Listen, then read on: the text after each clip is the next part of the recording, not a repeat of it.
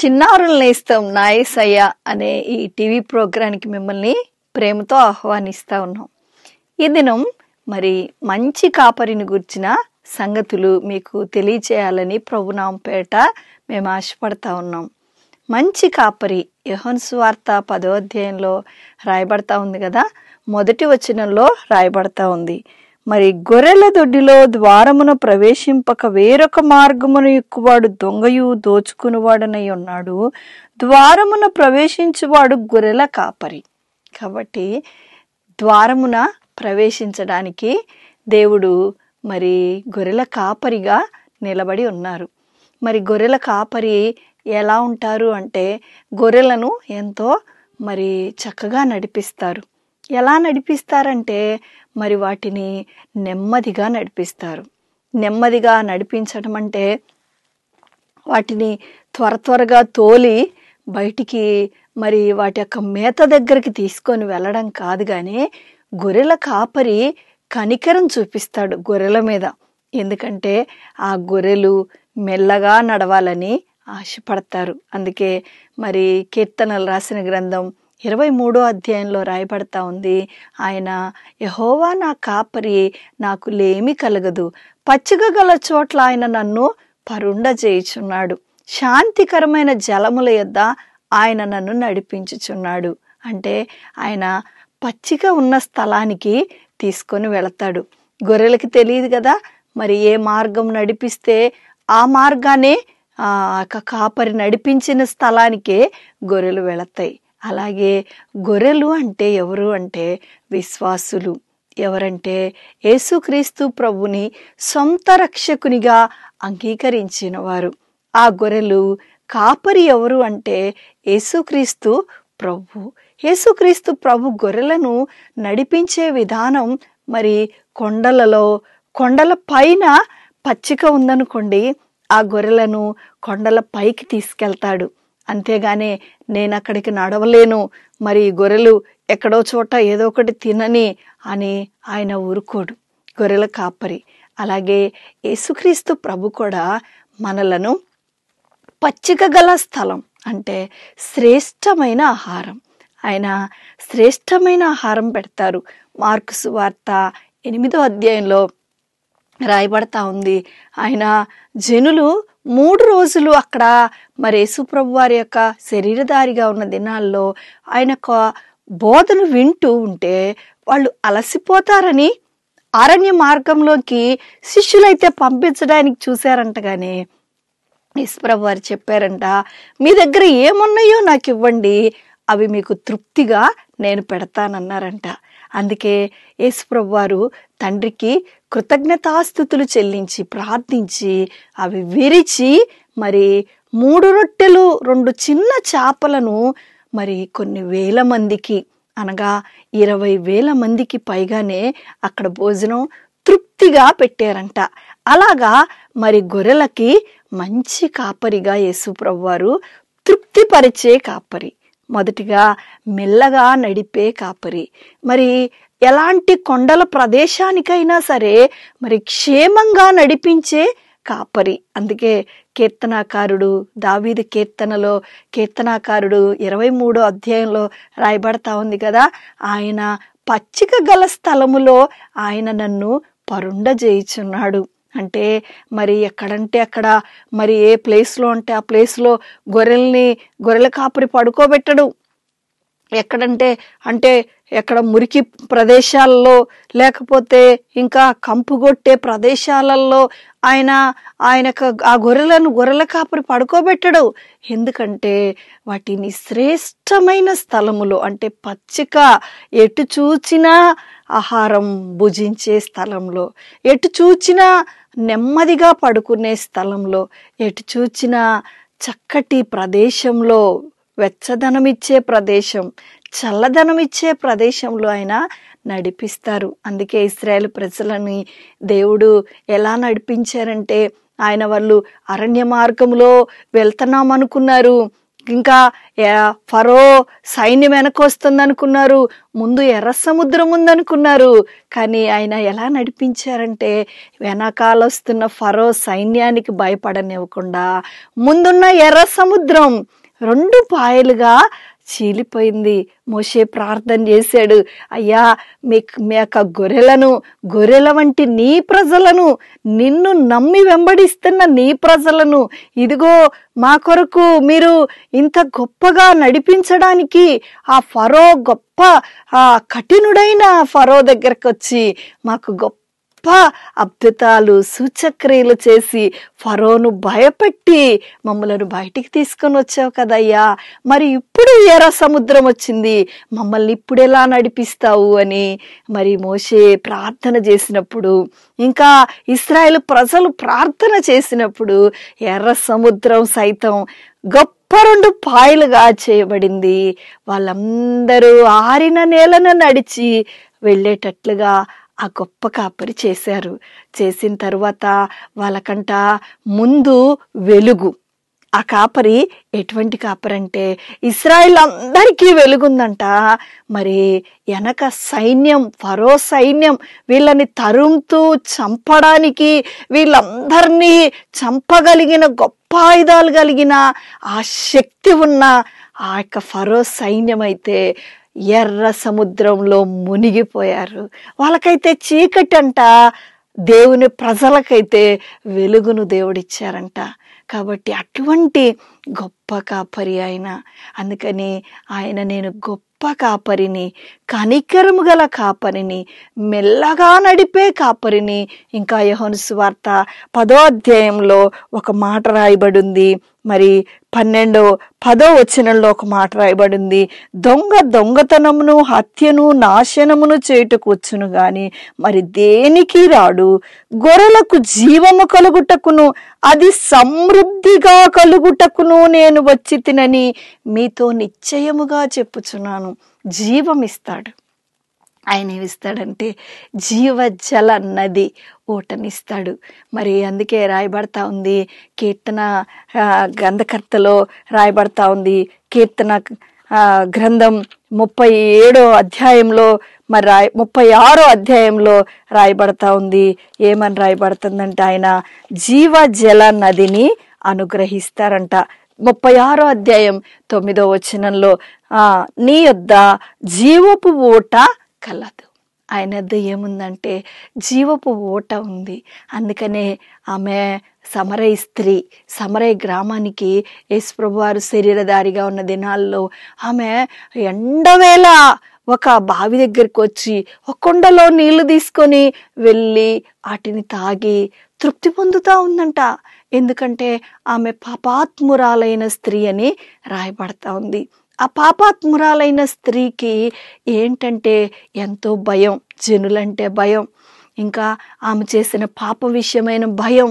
ఆమె ఎలా ఉందంటే ఆమె యొక్క ఆలోచనలన్నీ, తలంపులన్నీ భయంతో కూడుకున్నవి. ఇంకా అంటే ఏంటంటే ఆమెలో ఆ యొక్క జీవం లేదు. అంటే ఇప్పుడు నేను చనిపోతే నరకానికి వెళ్ళిపోతాను, ఇప్పుడు చనిపోతే నా యొక్క మరణం ఏమవుతుందో, నన్ను ఎవరు ఎలా చూస్తారో అని ఒక రకమైన భయంతో కూడుకున్న పరిస్థితి ఆమెది. అలాంటి ఆమెకి యేసుప్రభు వారు చెప్తున్నారు, నేను జీవమును అనుగ్రహించుటకు వచ్చాను. నీవు తాగే నీళ్లు మరలా తప్పికొంటావు. ఎందుకంటే నువ్వు వెళ్తే మరి నీ పరిస్థితులు గుండా నువ్వు వెళ్తే ఒకవేళ నువ్వు పడిపోతావు, నువ్వు పాపంలోకి వెళ్ళిపోతావు, ఇంకా నిన్ను భయాలు ఆవరిస్తాయి. అందుకని యేసుప్రభు వారంట సమరయ స్త్రీ దగ్గరికి వచ్చారంట. వచ్చి చెప్తున్నారంట, యోహాను సువార్త 4వ అధ్యాయం 9వ వచనంలో ఒక మాట, 11వ వచనంలో ఒక మాట రాయబడతా ఉంది. యోహాను సువార్త 4వ అధ్యాయం 11వ వచనంలో, అప్పుడు ఆ స్త్రీ, అయ్యా ఈ బావి లోతైనది, చేదుకొనుటకు నీకేమీ లేదే, ఆ జీవజలము ఎలాగు నీకు దొరుకును, ఈ జీవజలం నీకెలాగు దొరుకును అంటే యేసుప్రభు వారు అంటున్నాడు, తాను తన కుమారులను పశువులను ఈ బావి నీళ్లు త్రాగి మాకిచ్చి మన తండ్రి అయిన యాకోబు కంటేను గొప్పవాడవా అని ఆయనను అడిగాను. అందుకు యేసు, నేను ఈ నీళ్లు త్రాగు ప్రతివాడు మరలా దప్పికొనును. 13వ వచనంలో ఉంది. ఈ నీళ్లు తాగితే అంటే నీ పరిస్థితుల్లో నువ్వు వెళ్ళిపోతే, నీ దారిలో నువ్వు వెళ్ళిపోతే, నీకు నచ్చినట్టుగా నువ్వు ప్రవర్తిస్తే, నీకు నచ్చిన ఆలోచనలలో నువ్వు వెళ్ళిపోతే, మరి నీకు నచ్చిన లైఫ్లో నువ్వు వెళ్ళిపోవడానికి ఇష్టపడితే, యేసు ప్రభువారిని సొంత రక్షకునిగా అంగీకరించకపోతే, యేసు ప్రభువా నువ్వు నా కోసం సిలువ వేయబడుతున్నారు, మరణించారు, మృత్యుంజయుడే తిరిగి లేచారయ్యా, ఇంత గొప్ప క్రయధనాన్ని భూలోకంలో, భూమి పైన, భూమి కింద, ఆకాశం పైన ఎక్కడ ఏ నామంలో ఇటువంటి శక్తి లేదు, ఇటువంటి మీ నామంలోనే శక్తి ఉంది అని నువ్వు గనక అడిగితే అని సమరయ స్త్రీకి యేసుప్రభువు వారు చెప్తున్నారు.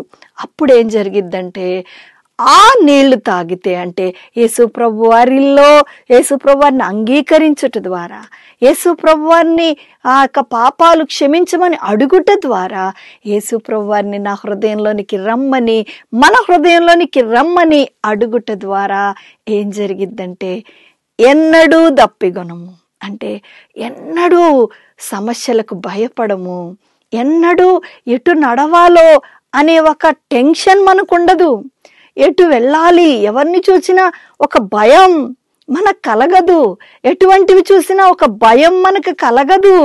కాబట్టి అదే ఇక్కడ సమరయ స్త్రీకి యేసుప్రభువు వారు చెప్తున్నారు ఏంటంటే, నేనిచ్చు నీళ్లు త్రాగువాడే ఎప్పుడు దప్పికొనడు, నేను వానికిచ్చు నీళ్లు నిత్య జీవమునకై వానిలో ఊరిడి నీటి బుక్క. అంటే ఊరిపోతుందంట నీరు.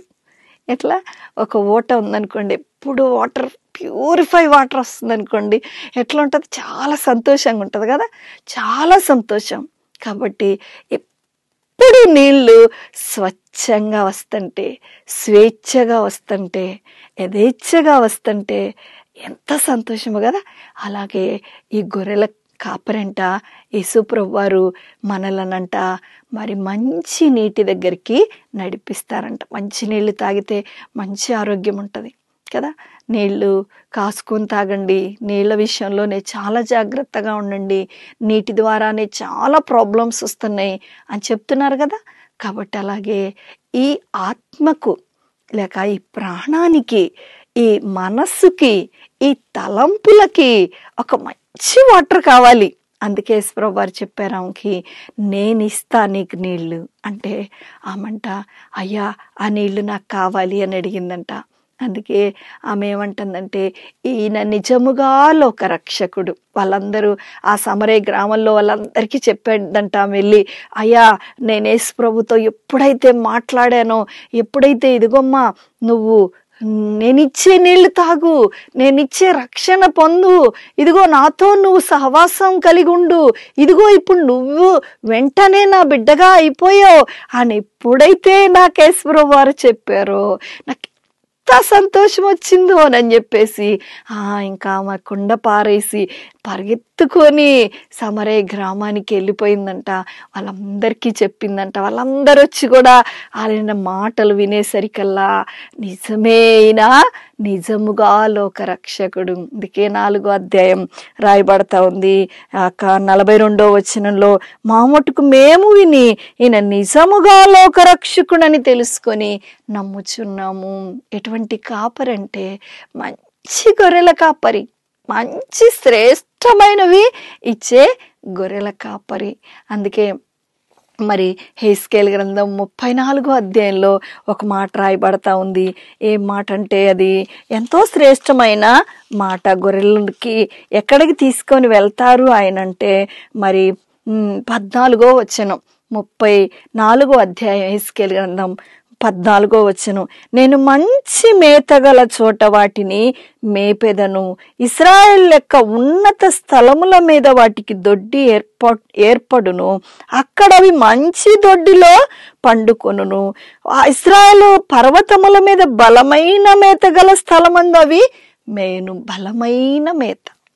కాబట్టి ఇప్పుడు ఏం కావాలంటే నీళ్ళు ఇచ్చారు, ఈ గొర్రెలకి మంచి బలంగల్ల మేత కావాలి. బలము మరి యేసు ప్రభుదేనంట. దావీదు చెప్పారు, బలము తనదని ఒక మారు మరి దేవుడు చెప్తేనంట అది 2 మార్లు వినిపించిందంట. బలము ఎవరిది అంటే భూమి మీద దేవునిదే. మనం బలం అనుకుంటాం కదా, అన్నీ తిని అన్నీ త్రాగి అన్నీ మరి ఫ్రూట్స్ తింటాం, అన్నీ తింటాం కదా, మినరల్స్వి మరి విటమిన్స్వి అన్నీ తింటాం. కానీ ఏదో ఒక రోగం వస్తానే ఉంటుంది శరీరానికి కదా, వస్తుంది. కానీ దేవుడు చెప్తున్నారు, ఇదిగో ఈ జీవాహారాన్ని తినేవారు ఏమవుతారంటే బలం తెచ్చుకుంటారంట. యెహోవా యందు ఆనందించుట వలన మీరు బలం పొందెదరు. కాబట్టి దేవుడంట ఈ గొర్రెల కాపరంట మంచి స్థలం, పర్వతాల మీదకి, కొండల మీదకి తీసుకెళ్తారు. పర్వతాలంటే ఇంకా గొప్పవి. పర్వతాల మీద ఉండే శ్రేష్టమైన ఆహారాన్ని మీకు ఇశ్రాయేలీలకు పెడతాను. ఇశ్రాయేలీలు ఎవరంటే మరి జక్కయ్య చెప్తారు. ఏం చెప్తారంటే యేసు ప్రభుని చూడాలని ఆశపడి ఆయన ఒక చెట్టు దగ్గరకు వస్తారు. వచ్చినప్పుడు మేడి చెట్టు దగ్గరకు వచ్చినప్పుడు ఆయనంట యేసు ప్రభువారిని చూడంగానే యేసు ప్రభువారు పైకి చూస్తారంట.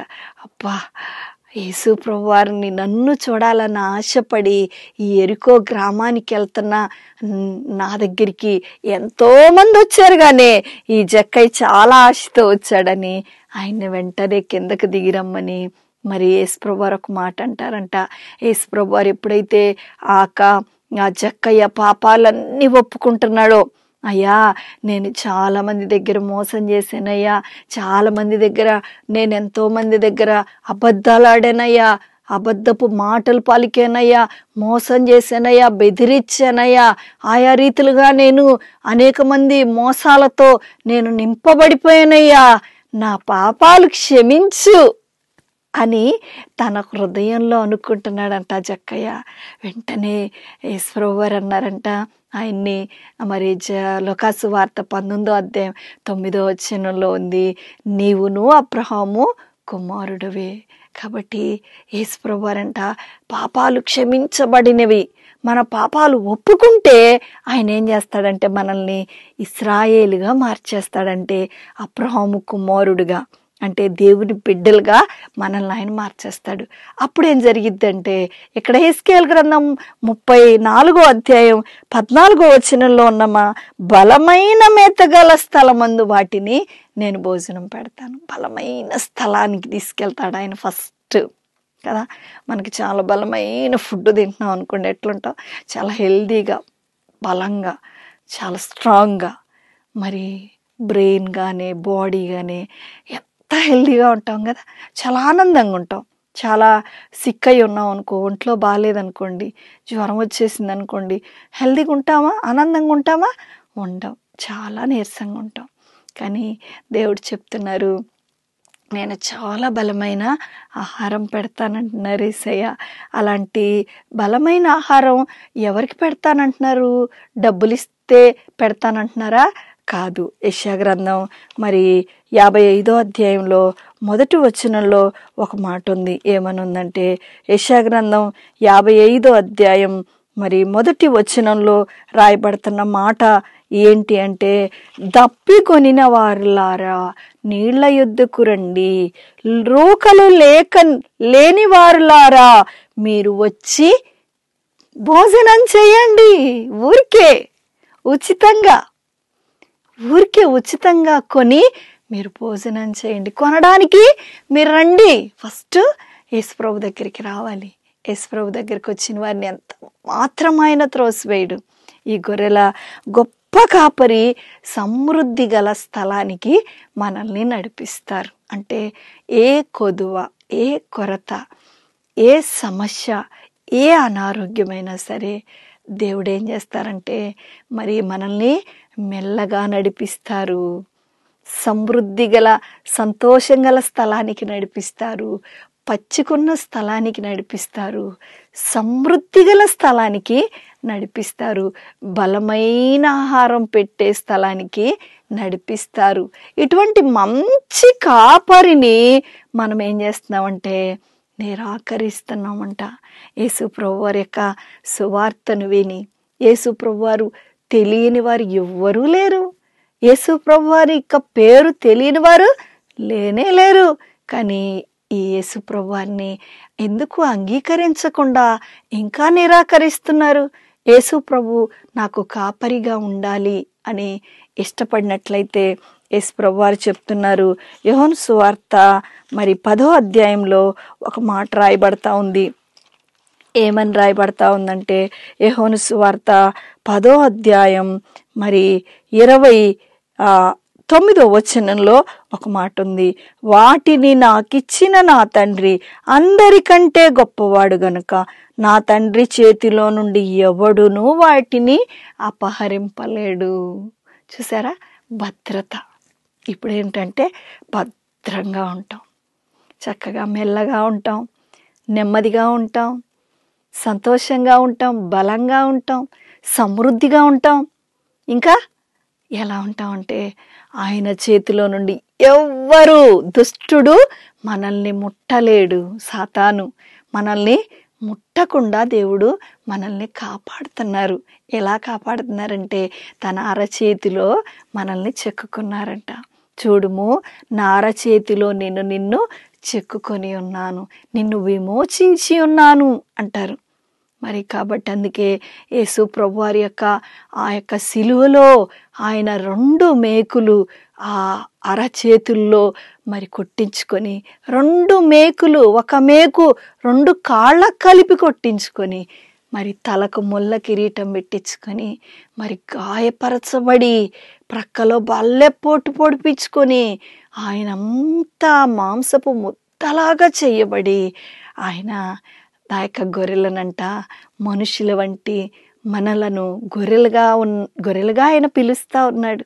పిలిచి మనల్ని ప్రేమిస్తూ ఉన్నాడు.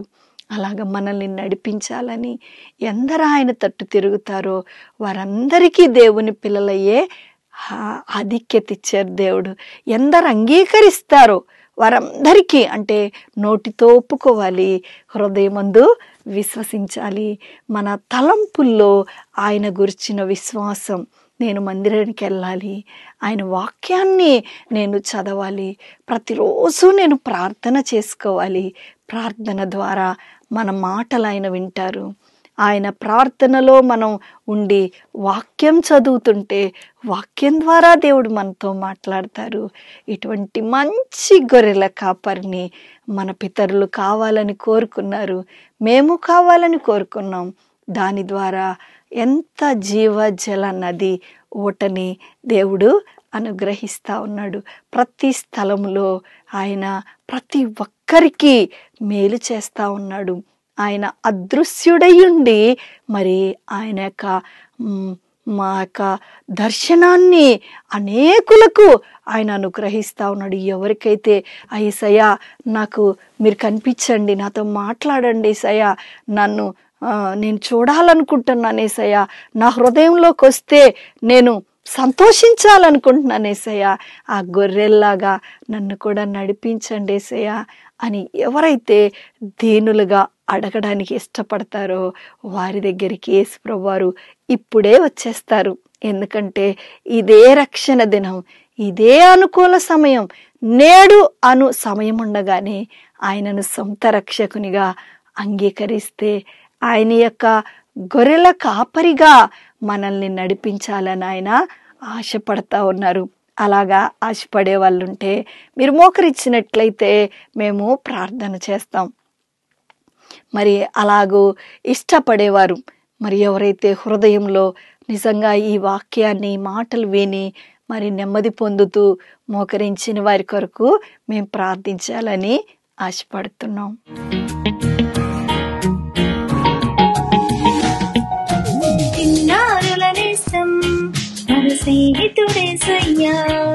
ఇప్పుడు వరకు చిన్నారుల నేస్తం నా యేసయ్య అనే టీవీ కార్యక్రమాన్ని వీక్షించిన మీ అందరికీ మా హృదయపూర్వక వందనాలు తెలియజేసుకుంటున్నాను.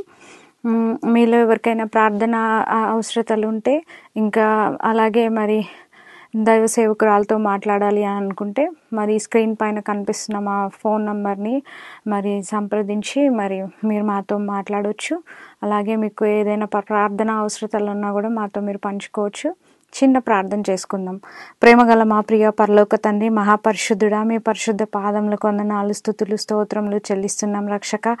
అయ్యా తండ్రి ప్రభువా, వాక్యాన్ని విన్న ప్రతి బిడ్డల్ని బట్టి మీకు వందనాలు, వీక్షిస్తున్న ప్రతి బిడ్డల్ని బట్టి మీకు వందనాలు తండ్రి ప్రభువా. తండ్రి నువ్వు మంచి కాపరిగా మా జీవితాల్లో మరి చక్కని మార్గంలో మమ్మల్ని నడిపించే దేవుడవుగా అయ్యా, అన్ని సమయాల్లో సమృద్ధిని నాయన ప్రభువా, అన్ని సమయాల్లో కావాల్సిన కంఫర్ట్ని మీరు ఇచ్చే మంచి దేవుడు అయినందుకు స్తోత్రములు నాయన తండ్రి. మా జీవితానికి నాయన మంచి కాపరిగా మీరుండి నడిపిస్తారు నాయన. ఈ చిన్న బిడ్డలు ఎవరైతే ఈ యొక్క కార్యక్రమాన్ని వీక్షిస్తున్నారో అయ్యా, చిన్న బిడ్డల లాంటి మనసు కలిగిన వారు ఎవరైనా ఈ కార్యక్రమాన్ని వీక్షిస్తున్నారో ఆ ప్రతి బిడ్డలు కూడా ప్రభువా అయ్యా, నేను నీ మీద దృష్టి ఉంచి నీకు ఆలోచన చెప్పేదను, నీవు నడవవలసిన మార్గం నీకు బోధించదను అన్న వాగ్దానం ప్రకారం నాయన ప్రతి బిడ్డల్ని కూడా మంచి కాపరిగా మంచి మార్గంలో నడిపించమని ప్రార్థిస్తున్నాం తండ్రి.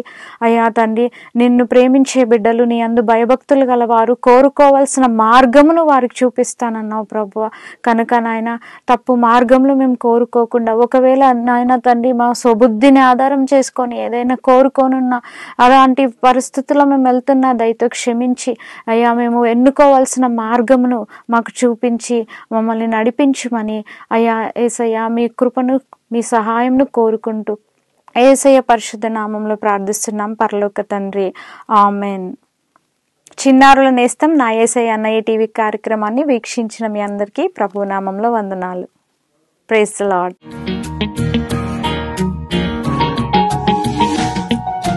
చిన్నారుల నేస్తం మన స్నేహితుడేసయ్యా.